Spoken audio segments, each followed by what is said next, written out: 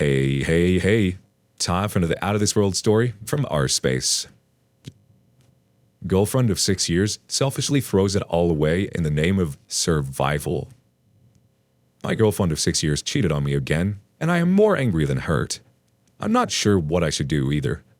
I'm sorry that this will likely be long and somewhat rambling as I'm making sense of everything.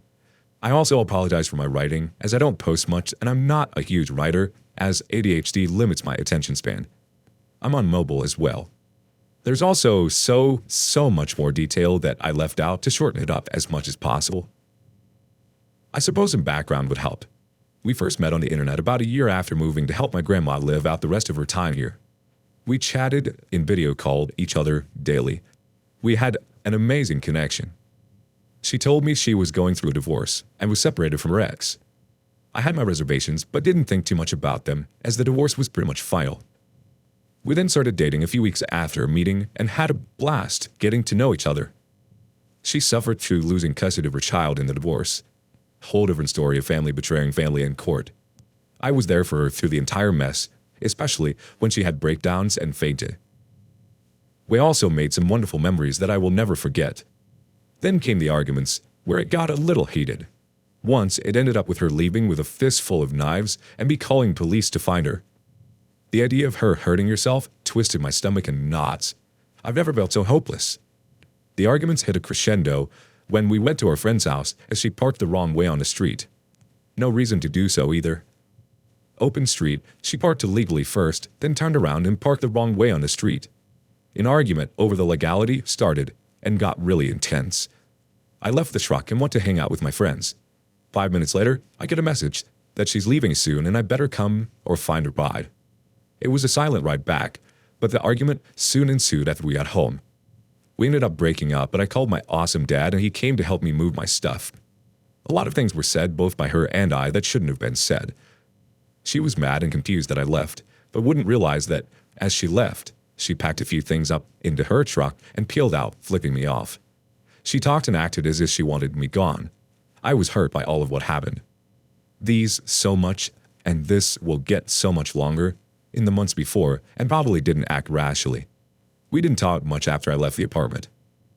Eventually, we got in contact again and started talking regularly again. Now there's another woman in the picture. She's bi. I don't think too much of this until we all hang out. I may as well have been a ghost. I was just there. We all hung out and it was weird. As if her and I were together, she was with this other girl and other girl had a boyfriend. I remember driving home from hanging out crying a few times. Something was really hurting me. She ended up without a place to live and I stayed in a tent for a while with her. She left one night and her behavior was off. She was disconnected. A few nights later, she was asleep next to me as her phone was blowing up. I checked her phone to make sure there wasn't some emergency and found out she had a threesome with them. I called her out on it and there wasn't much of an argument. She wouldn't look at me as I ranted. We ended up moving on and were together and happy for a while when she started getting angry with me again. She admittedly would argue with me in the mornings to wind me up. She was very short with me, which started lots of arguments. Anytime that I would bring up an issue I'm seeing in the relationship, it would start an argument, and it was always my fault. After a bit of seeing possible issues, tried to talk to her about it, then argue, I would stop talking to her for days, sometimes weeks. I know this is wrong, but at the time, I had no idea what else to do. We were still together when she had another crisis. She was fired from her job. That night, she got suicidal and threatened to take a bunch of pills and not wake up. And good luck on finding her. So I called the local sheriff and tell him what's going on. I didn't hear anything in the morning until she contacted me saying she was still alive, didn't know how, and all her pills were gone. As soon as we got off the phone, I updated the sheriff.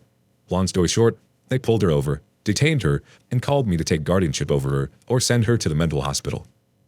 I drove to get her and got a hotel for a couple of days until we could figure out the housing for her. She ended up at her male coworker's house, couch surfing. Well, it wasn't the only thing she was surfing. Eventually, it came to light as the signs were there and her conscience finally surfaced.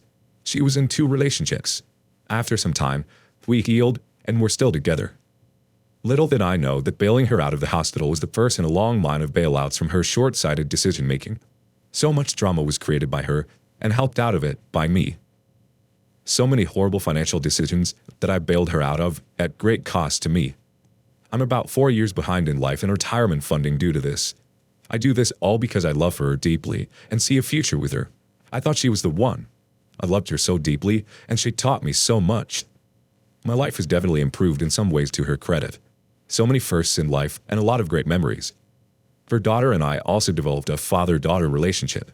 She called me dad on her own, and the day that little girl told me she loves me, I cried and had to go hug them both. It still makes me tear up. I have no kids, but thought of her as my own. She was still living in the camper, and it wasn't great. She let a friend to move in that she wanted to help. Admirable, but I told her that she really needs to work on herself for her daughter, and that's all. We wanted to get back to where we once were before we broke up. Our own place, her daughter back living with us, and us doing the family thing again. Suddenly, she gets into an argument with her parents, and it's off to Oregon for her to move into some guy's house that she's been friends with. I helped pay for that trip and other living expenses as she lived there. She supposedly had a job lined up, but he ended up paying thousands in repairs to her vehicle. I'm not totally sure what happened while she was there, as I am now questioning everything. Things eventually went south and she came back to the camper. I paid for her food, fuel, and whatnot. She then let another friend move in that she wanted to help, but it ended up with them living in a car in their new job's parking lot. I also paid for their food and fuel nightly. Helped to get her truck towed when the engine died. She then moved back into the camper, now with 2 other people. It was far from perfect, and she was 2 hours away from her job with no reliable transportation. I tried to tell her to stop smoking weed and find a new job, but never got a closer one. A few months ago, a person from her past came back and she found out her ex died about a year before. She was gutted, and I tried to be there for her as much as possible. This person was her ex's adult daughter. My girlfriend wanted to be there for her and go see her old friends. In the back of my mind, I kept thinking that she was never there for me like that for my uncle, friend, or grandmother. I tried not to think much of it until the red flags started popping up again. She talked about her ex's daughter a lot, hanging out a lot, and suddenly it passed her on her phone, and it was strange. As one can imagine, I have lingering trust issues with her. So I confronted her with my feelings on the situation and asked her what her intentions were. Did she have feelings for him? I couldn't get a straight answer. A few weeks later, she suddenly moved to her ex's daughter's place. I can understand living in a camper with lazy, messy douche canoes suck, but that was her doing. I was sketched out about it and had a feeling something was up. I tried to talk to her about it, but it was quickly dismissed. My girlfriend got a decent job and seemed to be doing well. I was still helping foot the bill until after her first paycheck. One night, I get a call from my girlfriend, angry and emotional, telling me that she's got to come back but has nowhere to go. Eventually, she tells me she has one option, but I'll hate it. She could stay with the guy she cheated on me with after her suicide attempt, the male coworker from earlier. I asked her to not talk to him anymore a long time ago, as I was very uncomfortable with it. She never did stop. She eventually leaves her ex's daughters and supposedly is staying in her car, but barely talking to me. It started to seem all too familiar, but I had no solid evidence to back up my feelings. Well, 5 days ago, I received a call from her ex's daughter telling me her side of the story. I was told that they were dating and had sex, and that she still was talking to the guy she cheated on me with and taking money from him as well. I told her to send me any screenshots of texts that would validate the claims. I received over a dozen quite incriminating texts and images. I was devastated. I had what seems like a 2-hour-long panic attack. I was lost, could barely think straight. So I just asked her, "When were you going to tell me?" I then confronted her with the knowledge and evidence, and she denied it with some pretty wild claims about ex's daughter. After work, we had a video call, and she finally didn't deny the claims. Also, she admitted to staying with the guy she cheated on me with. Her reason was she did it to survive and didn't want to hurt me, to push me away so she wouldn't hurt me anymore. I didn't hear any of it and called her out on her decision-making, calling into question her feelings for me and just letting raw feelings and thoughts flow. I told her that we're not together anymore, and she started crying, saying that she loved me and didn't want to lose me, blah, blah, blah. It didn't matter. I was done worrying about her. Now we're here, the present, 5 days on for the breakup. I still haven't kept contact as I have a cell phone under her plan. My name is not on it, and I'm not sure what to do. She says she's not with him, but now she wears makeup and dresses more, something she hasn't done for a while in our relationship. She says he holds her to a higher standard. She still contacts me somewhat regularly. When he's not around, sends me pictures of her all done up. It makes me think, why wouldn't she do that for me? I asked her that, and she says she's trying to be a better person for me. I asked her how he likes having a trainee girlfriend. She swears she's not with him, but I just don't believe it. I know I should cut her off, give her back the phone, and just move on. But part of me doesn't want to let go. I loved her so much, give her my all, give her more chances and bailed her out of her dumb decisions than anyone. And this is what I got. I don't think a reconciliation will happen as my trust and respect in her are gone. When we talk about what happened, I'm not nice.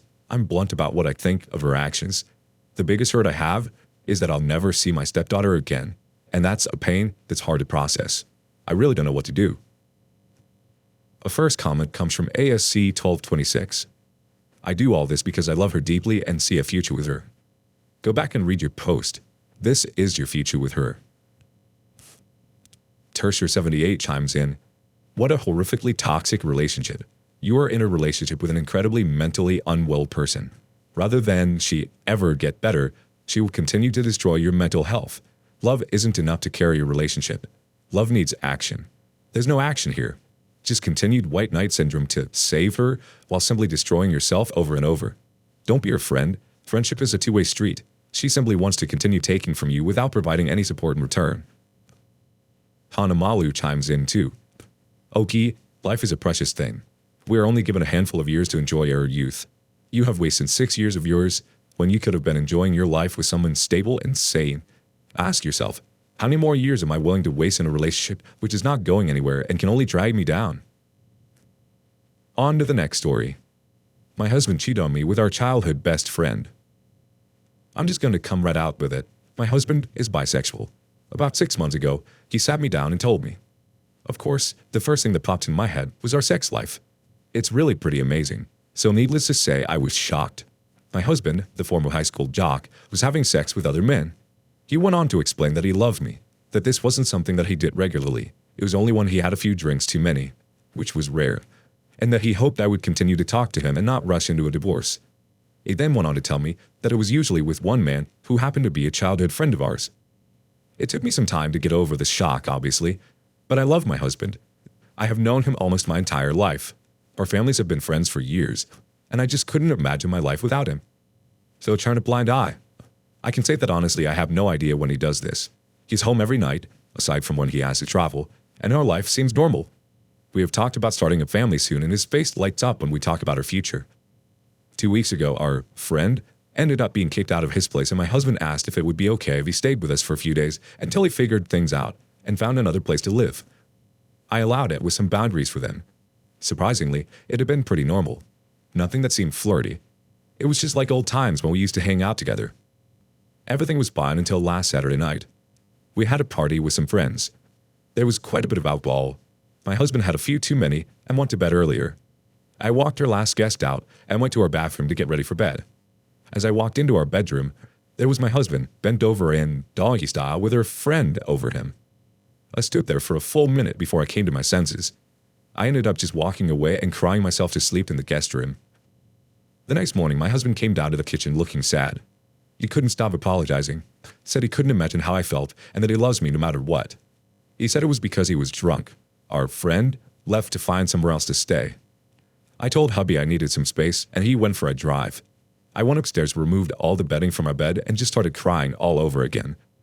Oh, my husband was gone. I packed up his bags. He got home and I kicked him out for good. Since then, I have received numerous attacking messages from his family and friends calling me homophobic because I wouldn't stay with him and let him cheat on me. To chuck a spanner in the works, yesterday I found out I'm 6 weeks pregnant. Yes, it's 100% his. A first response comes from Strawberry Desperate 3. So sorry to hear this happen to you. Easier said than done, but don't let him back in. File for divorce if that's what you were contemplating.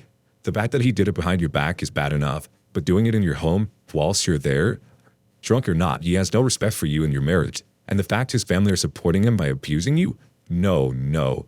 Get out while you can. How long have you been married for? The next response from For the F of It All. Seems your family's friendship was only important to you. Don't take their abuse. I'd also question why this guy suddenly needed a place to stay. Sounds more like a plan he and your soon-to-be ex put together. I mean, he seemed to find a place to go on a drop of a dime after catching them, probably right back to where he supposedly had to leave. The next thought from Guahog 1945. He cheated on you. Had he cheated with a woman, would his family consider you heterophobic? His family is as selfish and disgusting as he is. Divorce him and go as no contact as possible. You deserve a partner who can give you their whole heart and be wholly trustworthy. You're divorcing him for going outside your marriage for sexual purposes. He's a cheat. The next thought from You Ever Think Why? Cheating is cheating. He wants to have sex with other people. He needs to divorce you. You divorce him. Calling you homophobic is ridiculous. Your husband cheated on you in your home, in your bedroom, on your bed. Doesn't make a piss hole of a difference if it was a guy or not. It's a way for them to guilt you. Don't let it work. Text that to his nasty R's family who feels it's okay he cheats because it was a guy. Don't stay with someone who cheats. Don't stay with someone who has no respect for you. Don't stay with someone who tries to guilt you into a one-sided open relationship. Divorce him. Find someone worthy of your love. He isn't.